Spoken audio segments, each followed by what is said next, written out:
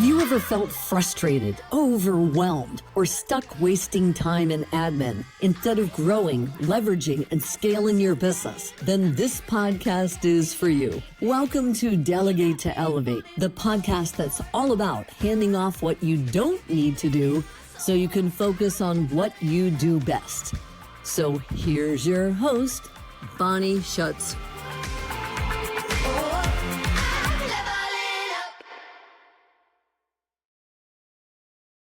Hello, everybody, and welcome to Delegate to Elevate, Get Done.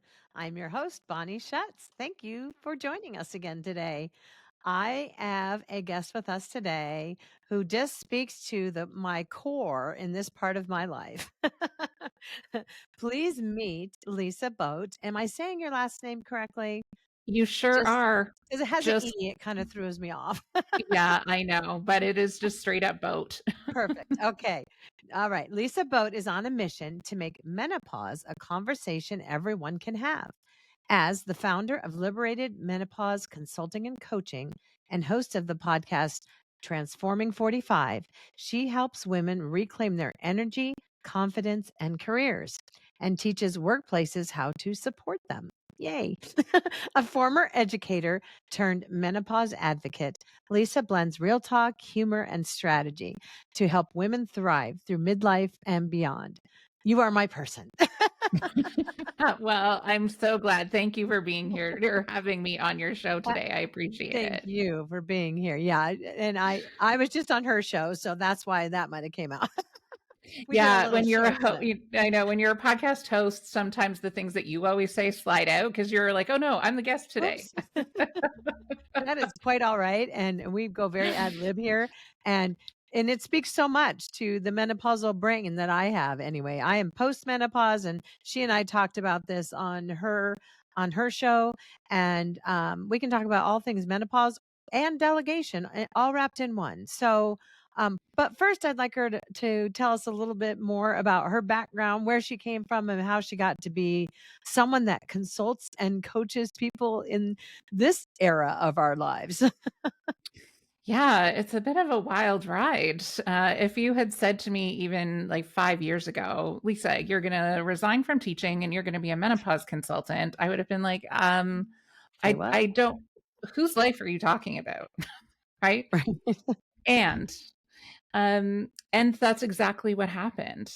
Like many people during COVID, a lot of things came to the surface around how do I really want to live the rest of my life? And while there were times that I absolutely loved being an educator, there also was a lot that was really impacting me, and COVID only heightened all of those things. And I would say impacted me. I mean, it was impacting my mental health, was impacting my physical health, was, like I was crying in the car every day to and from work and having panic attacks at my desk. Like this was becoming a way of being that was not sustainable. And so I took a leave at first just to see how that felt. And within a few weeks of that leave, I knew I could never go back. And so then I needed to think about, so then what's next? What am I going to do? And my children were also at the stage where they were starting to leave the nest. And I had been, the last decade of my career as an educator, I was coaching other educators and providing professional development. So I had a real skill set around that, and I loved it. I loved that coaching work. And so I started coaching in the empty nest space. And in conversations I was having with women, there were always elements of their physical health that were coming up. And as they were talking, I was seeing some of my own experience reflected in what they were saying. And as social media does for us now, things started popping up in my feed. So there was a menopause coaching certification that started coming up regularly.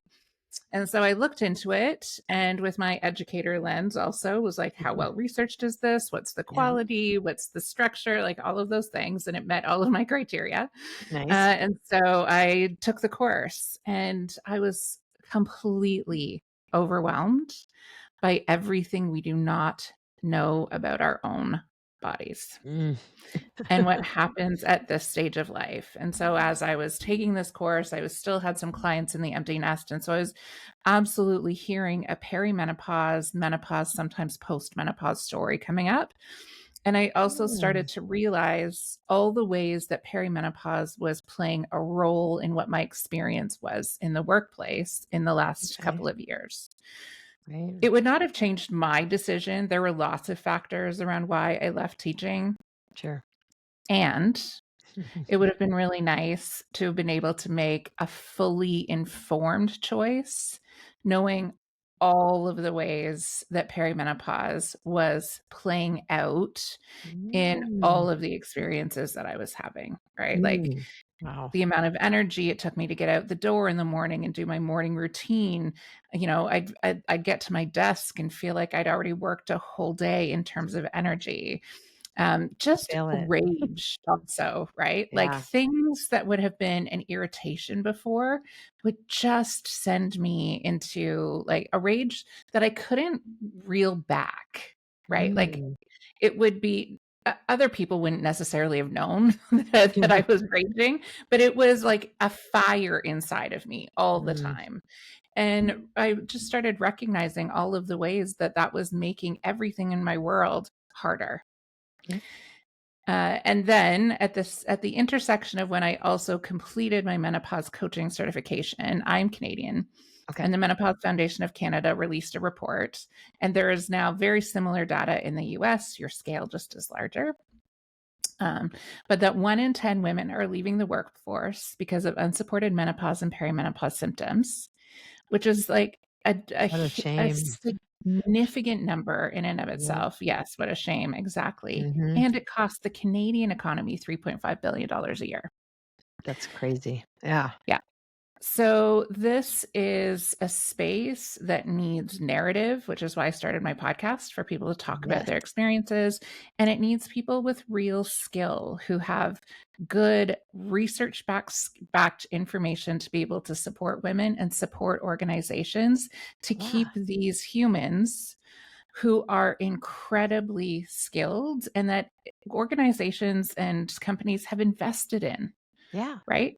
Right. Like middle-aged women are incredible assets for the organizations that they work for. The 1,000,000%. institutional knowledge that they hold, Mhm. the wisdom that they have, the relationships they have built over time, not to mention all the professional development that's been poured into you. So there Right. you have this very expensive asset. And when they walk out the door, they're not just like shutting down. What the trend that is starting to emerge at this point is women who are leaving are becoming entrepreneurs. Yes. Yay. Yes, We which want our is stuff. amazing, Yes. right? Yes. And using all of those skills that they developed over those years, they're Mhm. taking all of that with them. I certainly did, Yep. right? Like Same. everything I learned through all of the different roles I played in the education system, I use that information all the time, all of that I skill. always think of myself that I was this sponge and I didn't know it because I didn't Yeah. care. I didn't care about the places I worked as much as I care about what I do now. But it all just started coming out of me when I was running my own business, going, I know how Yeah. to do that. I didn't know I Right? know how to do that. But that's that experience and that oomph that comes with age that is accompanied by those lovely 80 plus things Mhm. that can Yeah. happen too. Um, so yeah, I mean, if you don't mind, if I go into that a little bit. Yeah, So, please. typically, I mean, what do you see starts to happen in perimenopause? You mentioned like probably energy, obviously that I feel majorly, and like I'm postmenopausal. Everybody knows more about me now. I am Yeah. 57. It is chapter 57. I don't care. I'm in the We Do Not Care Club. Um, I have passed that, but I do remember when I left corporate, I was 48, and that's when I started menopause. And so I was in the literal heat Mhm. of it all. And it was a lack of energy and seriously a lack of giving a shit because I was easily irritated. And I never used to be. I was the fun mom, Bonnie, everybody, mom of the office. Um, But when somebody said something that would just irk me, like it would go so much deeper. Like, is that like what you're seeing happening? They get to this point, like we break easier, we tire out easier, that kind of thing. So what am I missing? Yeah. And I mean, it's a complicated question in that it looks different for every single person. Right. Right. And that's part of the issue. It is not an excuse, but it's one of the reasons that Yes. understanding perimenopause and research has been so difficult. It's because hormones play out completely differently in everybody's system. Sure. And so I want to, if I could offer a warning here, Thank you. if anyone comes across somebody or a program or an influencer or thought leader, or whatever, who says, this is the way to do this, whatever, if it's like, this is what you need to do to lose 30 pounds in 6 weeks. Yeah. That is a red everywhere. flag, my friend. Yeah. Don't, because every person is so completely different. And so what's happening? So I'm just going to lay out a little bit. So Sure. perimenopause, which is sort of a newer word in our vernacular, like certainly 5 years ago, I had not heard of perimenopause or what that was. So perimenopause is the time that happens prior to menopause itself. So menopause itself is one day, and it's the one day where you have not had a cycle in 12 months. And that's when that is the indication that we now are in menopause, and everything that comes after in our lives, which is up to a third, is post-menopause, which is also something that we don't talk about enough. And I'm going to come back to this, but people often say to me like, oh, I'm in post-menopause, I'm past all of that. There's still a lot going on for you that we can improve your quality of life. So that's really important. Yeah. Perimenopause can last up to a decade prior to actual menopause. So most people don't even know they're in it. No, most people absolutely don't. Yeah, I had a girlfriend who was in her late 30s, and when I started doing this work, and she's like, Lisa, you say menopause and I just tune out. Like, that's not for me. I'm 35 and I was like, years really? old. I don't care. Yeah. Tell me about what you're experiencing right now. She's like, oh, well, I've been having like a hard time remembering words, and my energy is low. And she started going through all these things, and I was like, sister, that's perimenopause. Sex is starting to hurt. I'll just throw that out there. Yes. That's a hard one for people to admit, that they think it's something wrong with them. Like, no, we almost all of us, like you said, everybody's different, but almost all go through it. But so if I gave you a scenario of, like, say I'm a post-menopausal woman, and I want to outsource some of my work to a marketing agency or a person marketing, a fractional person or freelancer, and they are coming to perimeno and they're going right into the menopause era, how might we get along? I mean, like what are some tips and tricks to understand each other? Or let me do this. Let me say I'm a man. I'm a man and I'm 59. And I want to work with a 45-year-old woman. How might I support a woman better in this era and just be more understanding? That is a really important conversation. And it's one of the areas where I'm starting to shift my work, is actually supporting men and how to be better partners, and how to be better, like how to engage with any woman who happens to be menopausal, perimenopause in their world, whether at work, whether at home, whether in their family, whatever it may be. Because what I have discovered is, sort of the heart of your question, which is, how do we communicate when we don't understand what's happening to us and we don't have the language to do so? Right. Right. Okay, listen here, people. Yeah. So some of it is courageous, because there still is a lot of stigma about talking about things around female reproduction and the reproductive cycle and periods and all of that stuff, and what's happening to the body, right?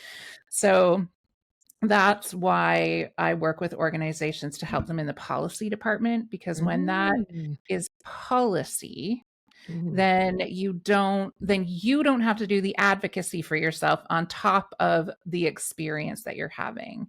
And there actually are, so Rhode Island, I believe, is the first state in the US who has menopause policy for their state. Like, they've put out some legislation and regulation around that. So so it's exciting. It's starting to happen. But policy and the things that we need to know are, one, as an organization. So if I am a man and I'm a senior Mhm. leader of an organization and I have Yeah.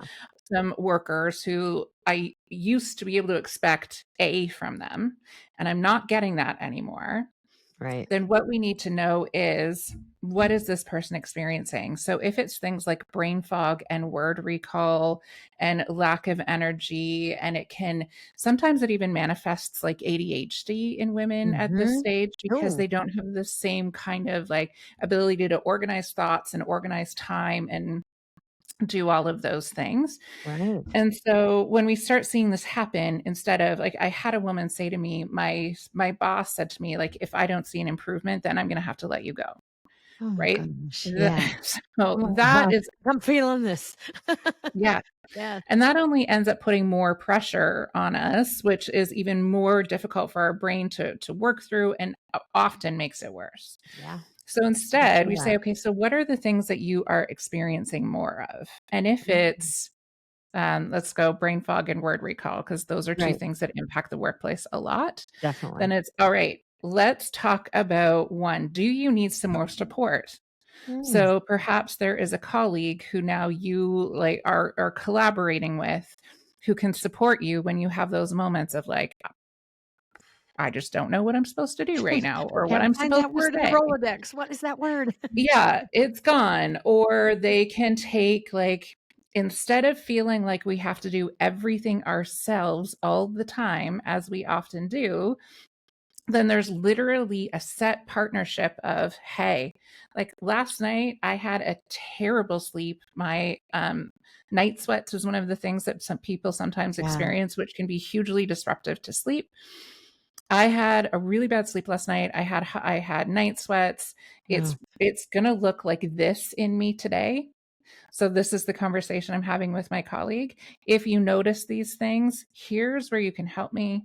And this is like a sentence that's a safe way to talk about okay. I it, love right? it. Yeah. Right? Like, hey, I heard you say that you had a really bad sleep last night. I noticed that you're really struggling with this thing. Can I take that for you? Oof. I love Right? that. Boy, oh boy, if So I'd have had that support back in the day. and it's as simple as like actual conversations, and sometimes it's those sentence starters that we just don't Yeah. have. Right. And especially when we're in this place of like, our brains are literally rewiring, and Right. we are having to learn how to operate this new, like when you get a phone and then the operating system updates, that's Pain kind in of the the ass. metaphor of what's Yeah. happening, right? And you have Yeah. to relearn, like, oh, how does this operating system work? Ooh. I like Right. that too. I'm So really good I'm all about the analogies. That's perfect. My brain can understand that. That makes so yeah. much sense. Like, it is a Yeah. total and how frustrated my husband is when our phones upgrade. Well, that's what I do, or they update. Yeah. Same thing. I just had an update. I'm gonna use Yes. that line on him next time. Yeah. Yeah. Oh, Oh, absolutely. man. Oh. I love that. So Yeah. you go into those places and you may help a group of leaders to talk about this and have those conversation starters. And I just absolutely love that because it can also play in this entrepreneurial world that I'm in when I am working, when I outsource something in my business or even my internal team. Like, I know who they are. I know how old they are because they work for me. I know that information. And if I see that they're a little bit off, maybe having these tools with being able to start that conversation. Now that's just like I have no problem. But Yeah.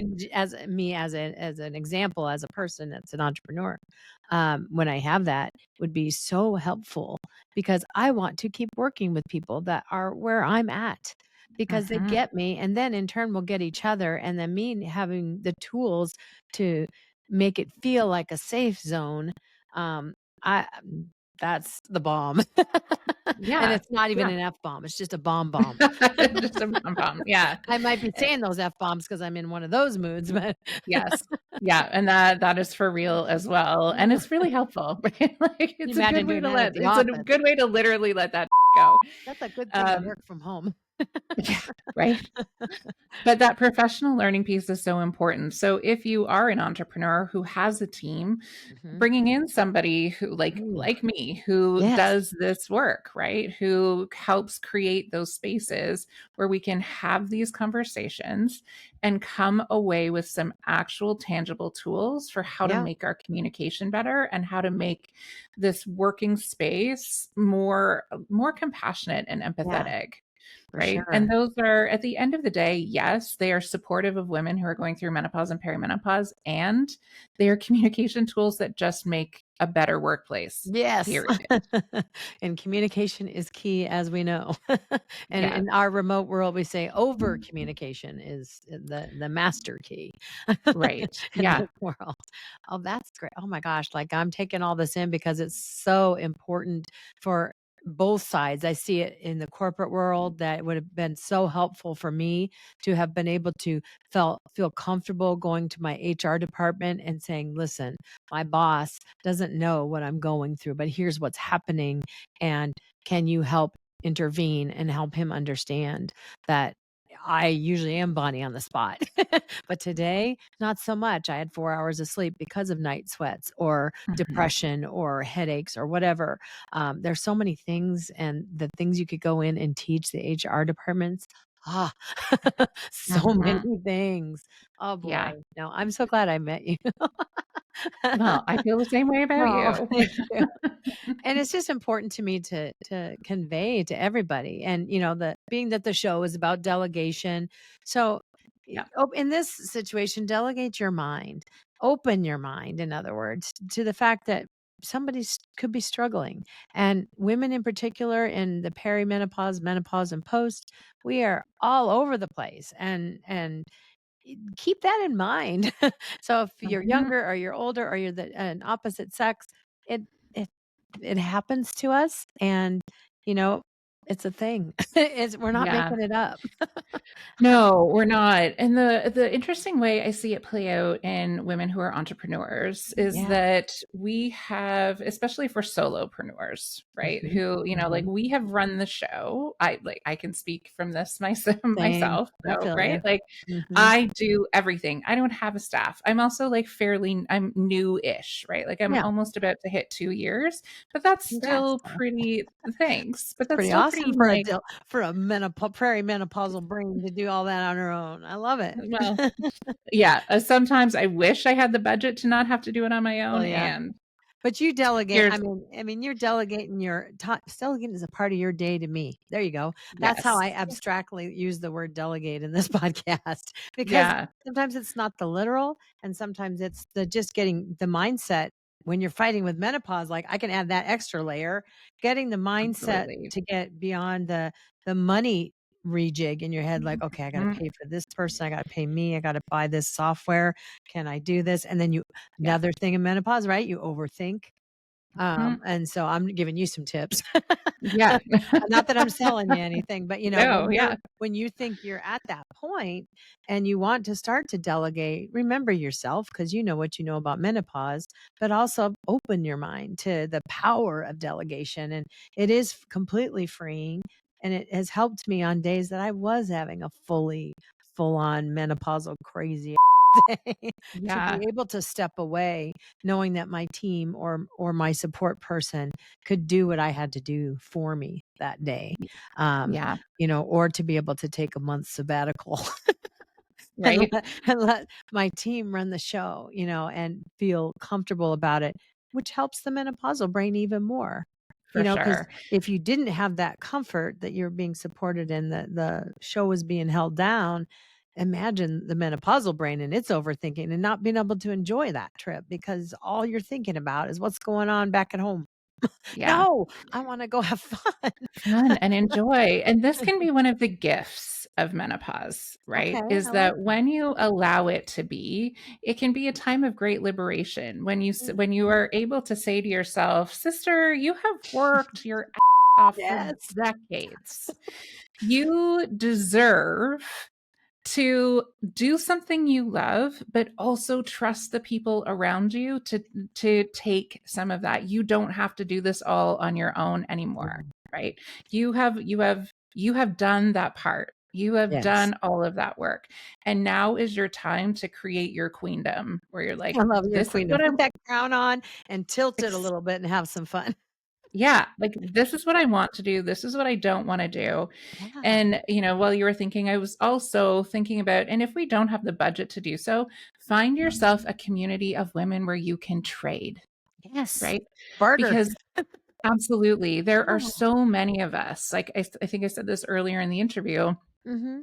Women over 48 and over 50, Mhm. that's the largest growing group of entrepreneurs currently. I So believe there that. are a lot of women out there who are doing this, who are brilliant and who are skilled, and we need each other. We Yes, we need do. this community more than ever. More than you know. Yeah, Can you tell I'm because having one of those days as we film this? yeah, Yes, I yeah, need those people, and imagine if my team of delegatees, which a few are, fall into that area with me. I can talk openly behind the scenes about it and not yeah, worry as much as I might in a buckled up corporate place that had no idea what I was going through. So, yeah. that's a benefit of hiring and outsourcing to women in that phase, if you are indeed a woman in that phase. So I'll just throw that out there. Mhm. Because then delegating or cross delegating to your people that Yes. know what you're going through and can empathize and say, I've done that, I've been there. They understand better, and it just makes your life a lot easier. I'm saying that from personal experience, in my Mhm. business, when I have the people on my team that I can lean on that know, oh, I get that. She's having one of those days. Yeah. Oh, absolutely. Oh my gosh. So I mean, we've dropped so many what I call golden nuggets in my life.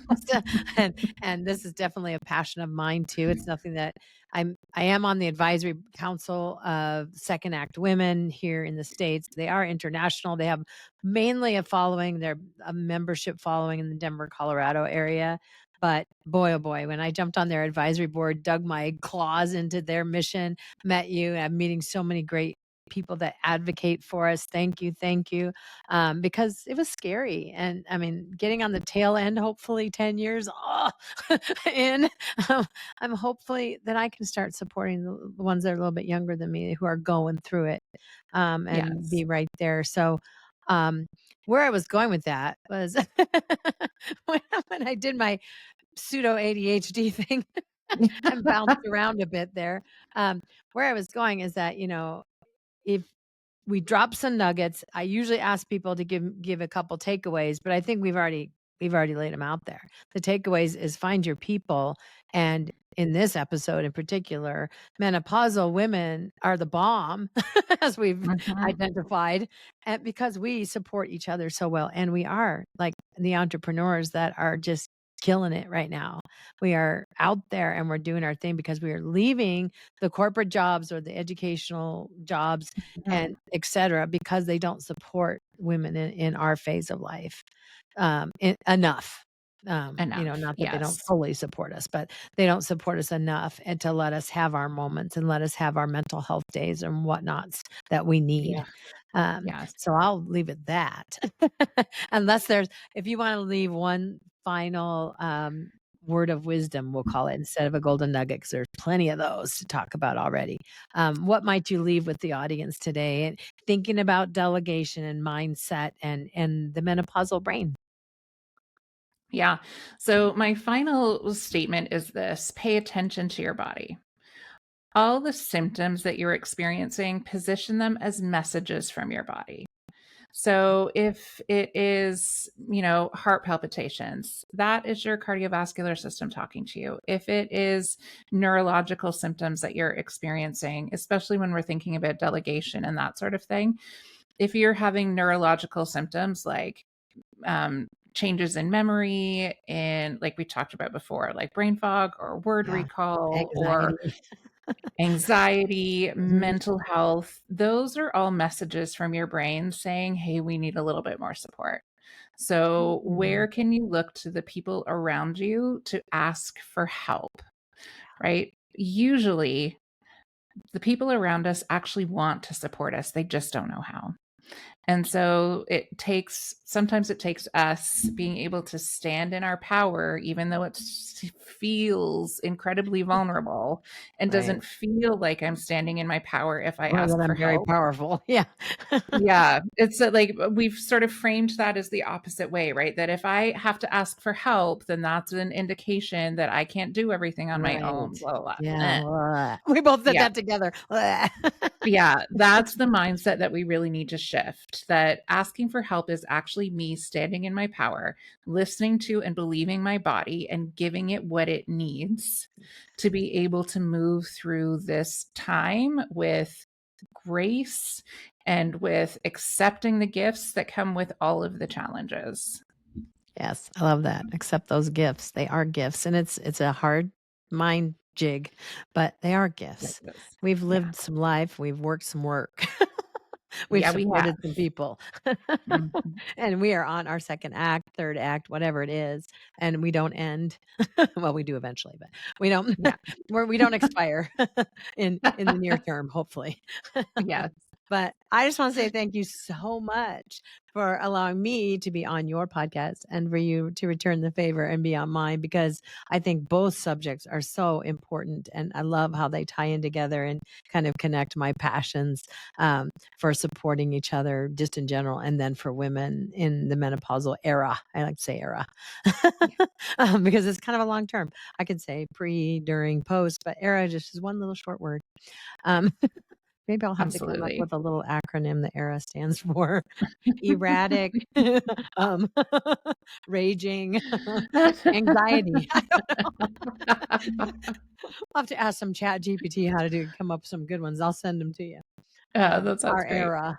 Well, thank you so much, Lisa. And folks, I'll leave all her links and everything down below for you to check out her community and what she does, and website and her LinkedIn and all the good things. And have a great day. Thanks again. Bye-bye. Thanks, Bonnie. Bye. You bet. So that's it for today's episode of Delegate to Elevate. Head on over to Apple Podcasts or wherever you listen and subscribe to the show. One lucky listener every single week that posts a review on Apple Podcasts or iTunes will win a chance in the grand prize drawing to win a $15,000 private VIP day with Bonnie herself. Be sure to head on over to delegatetoelevatepodcast.com. That's with the number 2. And pick up a free copy of Bonnie's gift and join us on the next episode.